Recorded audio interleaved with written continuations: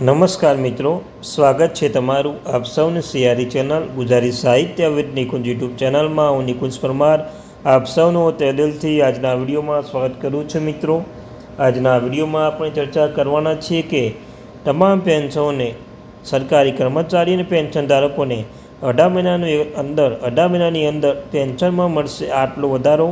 જો તમે ગુજરાત રાજ્યના મુખ્યમંત્રી ભૂપેન્દ્ર પટેલના એક પેન્શનધારક છો તો તમારા માટે આજનો વિડીયો ઉપયોગી બનશે.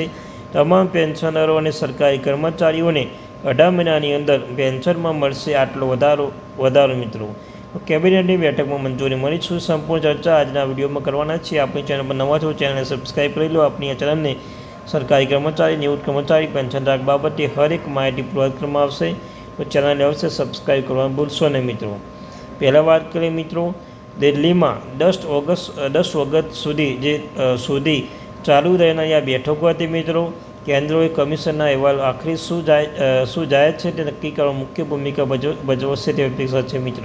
તો મિત્રો, દિલ્હીમાં જે 10 ઓગસ્ટ સુધી જે બેઠક યોજવામાં આવી હતી, આ બેઠક મહત્વપૂર્ણ નિર્ણય પણ લેવામાં આવેલા છે. 8મો પગાર પંચ હેઠળ પગાર સોદાની રાહ જોવી હજુ પણ લાંબી હોઈ શકે છે, પરંતુ આ પ્રક્રિયા બીજા મહત્વપૂર્ણ તબક્કામાં પ્રવેશી ગઈ છે. આજથી કમિશનની નવી દિલ્હીમાં પરામર્શ એક નવો રાઉન્ડ શરૂ કરશે. મિત્રો, એ રાઉન્ડ પણ શરૂ થયો છે દિલ્હીમાં. જો તેની અંતિમ ભલામણ કરતાં પહેલાં કર્મચારી, પેન્શનર અને તેમના પ્રતિનિધિઓ પાસે સીધી વાત સાંભળશે. 10 ઓગસ્ટની જે બેઠક યોજાઈ હતી તેમાં કેન્દ્રના કમિશનને અહેવાલ આખરી શું જાય છે તે નક્કી કરવા મુખ્ય ભૂમિકા ભજવશે તેવી અપેક્ષા છે. તો મિત્રો, 10 ઓગસ્ટે જે દિલ્હીમાં જે બેઠકો યોજવામાં આવી હતી તે બાબતે ઘણા પણ નિર્ણય લેવામાં આવ્યા હતા. દિલ્હીમાં બેઠકો શા માટે મહત્વપૂર્ણ છે?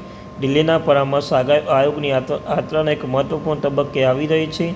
પેનલ ઘણા મહિના દેશભરનો પ્રવાસ કરી રહી છે.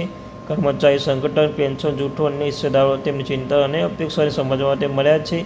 તેના 18 મહિનાના કાર્યકાળના અડધાથી વધુ સમય વીતી ગયો છે.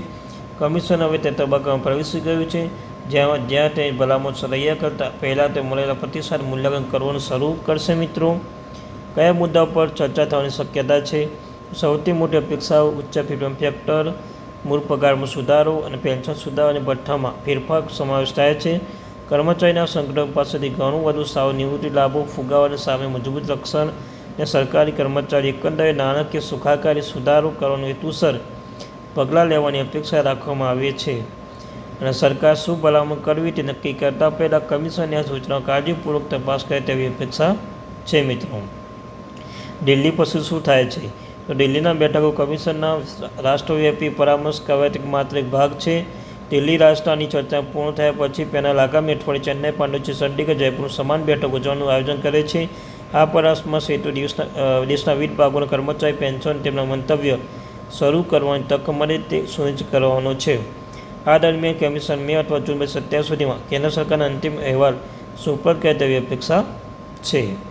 જાહેરાતમાં વાત કરી લઈએ કે તે થાય તે પહેલાં દેશભરના હિસ્સેદારો પાસેથી પ્રતિસાદ એકત્રિત કરવાનું ચાલુ રાખશે અને તેની સમક્ષ મૂકવામાં આવેલી માગણીનો અભ્યાસ કરશે. લાખો કેન્દ્ર સરકારના કર્મચારી પેન્શન માટે 8મો પગાર પંચ ભલામણો આવનાર વર્ષો માટે પગાર, પેન્શન, ભથ્થાને આકાર આપવાની અપેક્ષા છે.